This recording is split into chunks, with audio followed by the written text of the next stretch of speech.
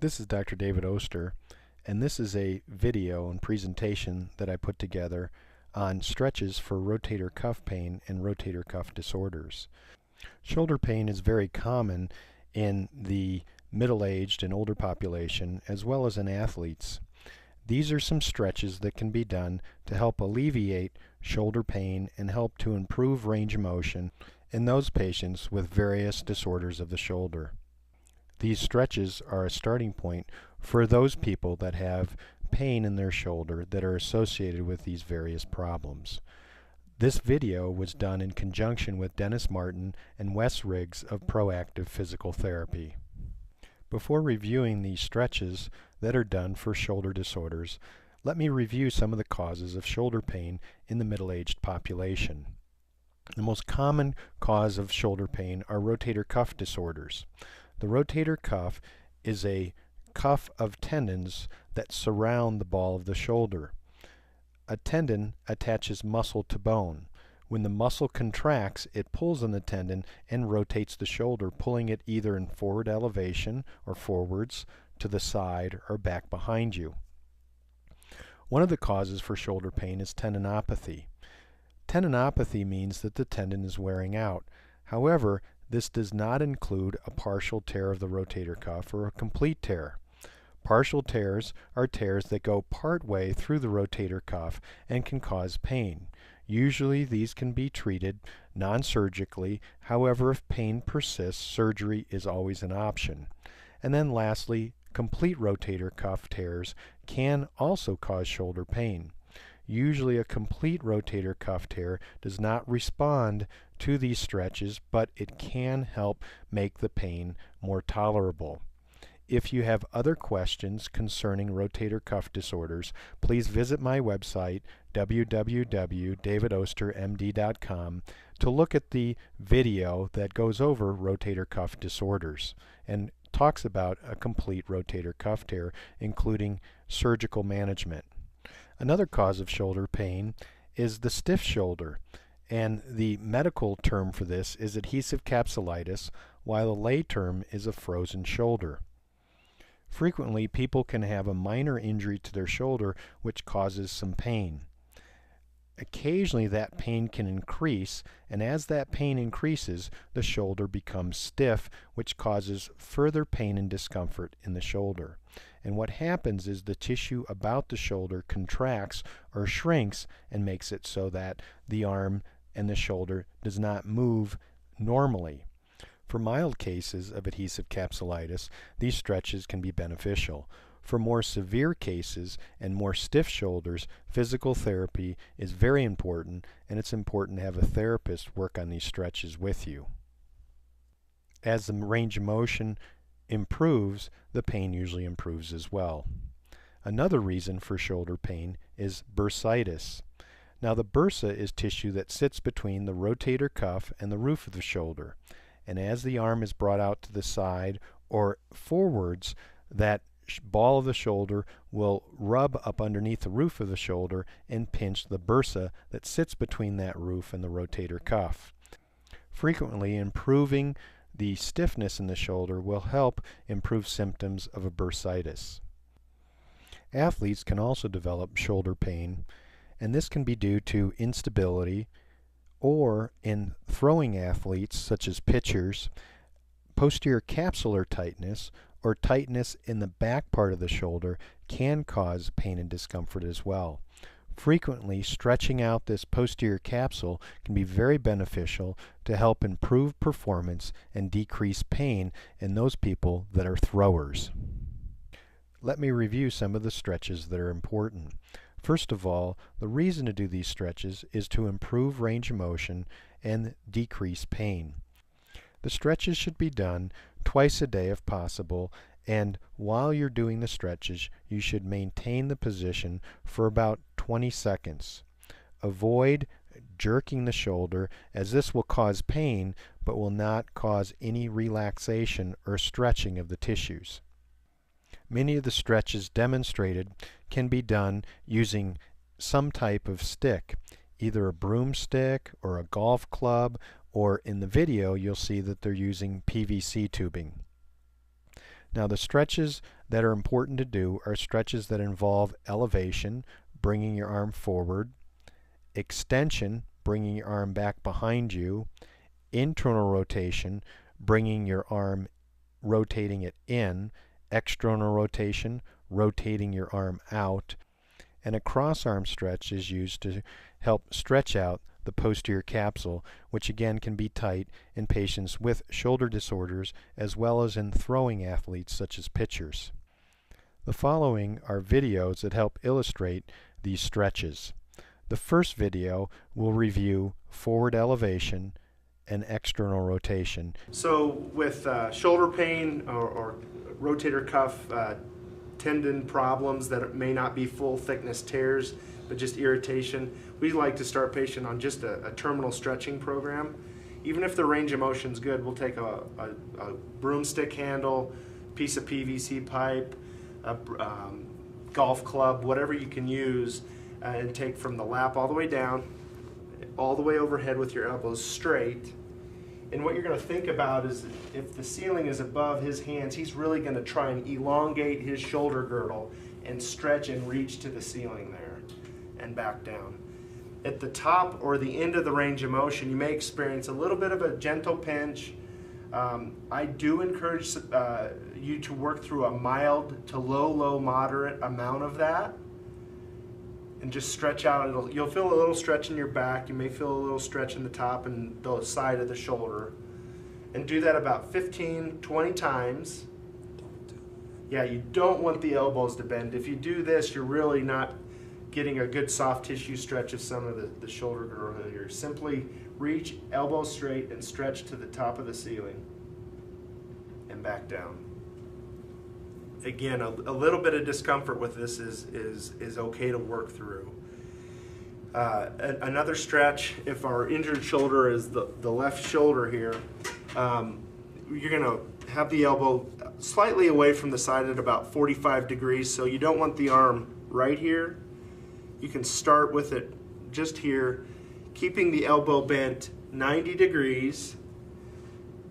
Rotate your shoulder out to the side.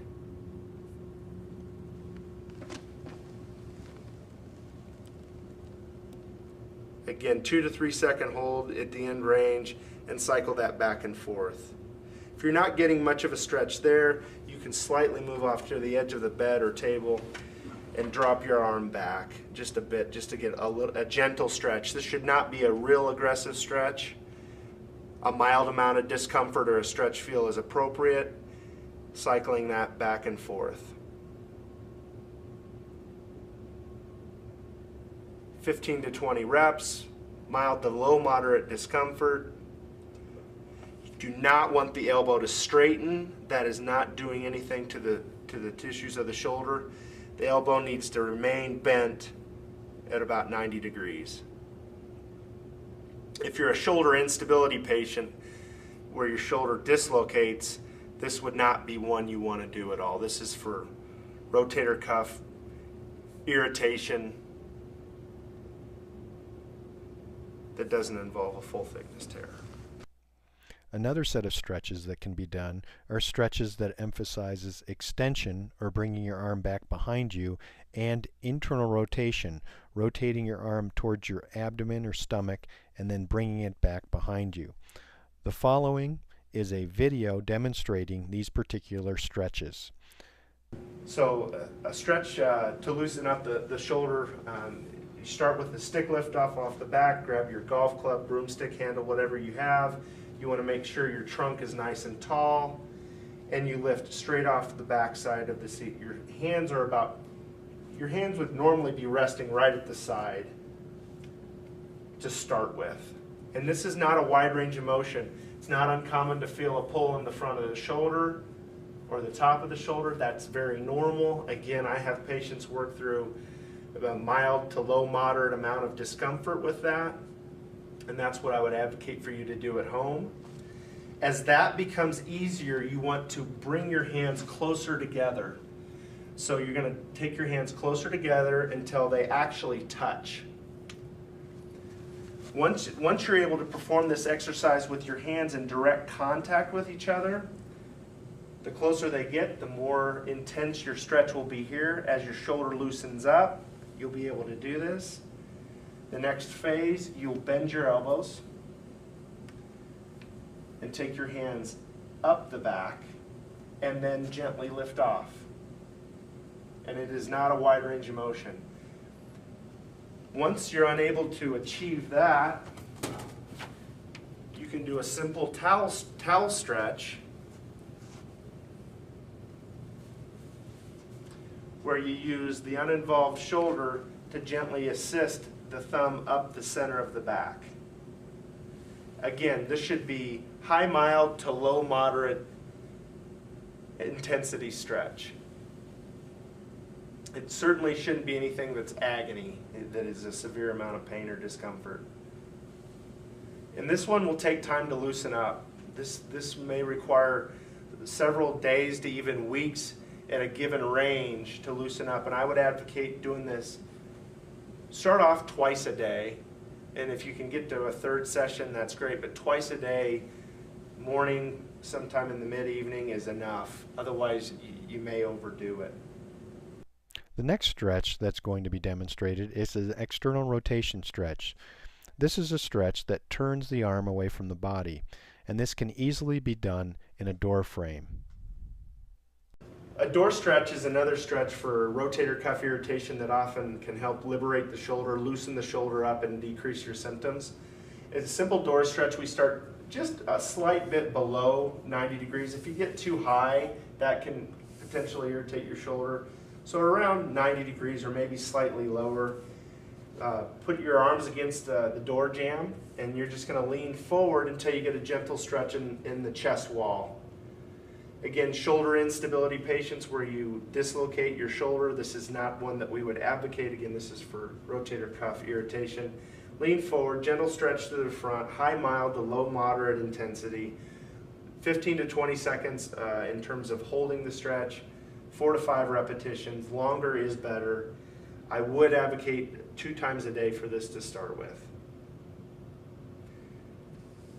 If you're really restricted and you want to start lower, you certainly can. You can do one arm at a time. Let's just do one arm at a time here. A stretch here.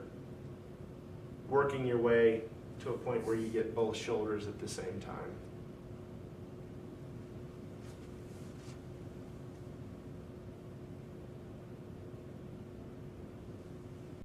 The last stretch is a cross arm stretch.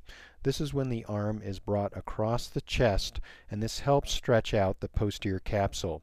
Posterior capsular tightness can frequently be seen in patients that have rotator cuff problems, as well as in athletes who are throwers who develop posterior capsular tightness due to muscle imbalance and capsular imbalance. A final stretch that we like to do with patients with cuff irritation, rotator cuff irritation. If this is the involved shoulder, Wes is going to bring his arm across his body, keeping his shoulder at about parallel to the floor. You don't necessarily want your your elbow to come down. It needs to be at about chest level. And this should isolate. You should feel a stretch in the back of your shoulder right here. If you experience piercing pain or a real sharp pain on top of the shoulder, you may want to back off of this exercise because you could be irritating a joint at the very top of the shoulder.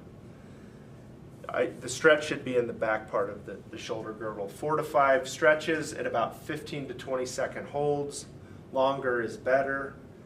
Moderate intensity stretch in this location of the shoulder here. This video reviewed the stretches that are important for shoulder disorders. It can be used for people that have rotator cuff disorders, such as a tendinopathy, a partial or a complete tear. It can be used in patients that have adhesive capsulitis or a frozen shoulder.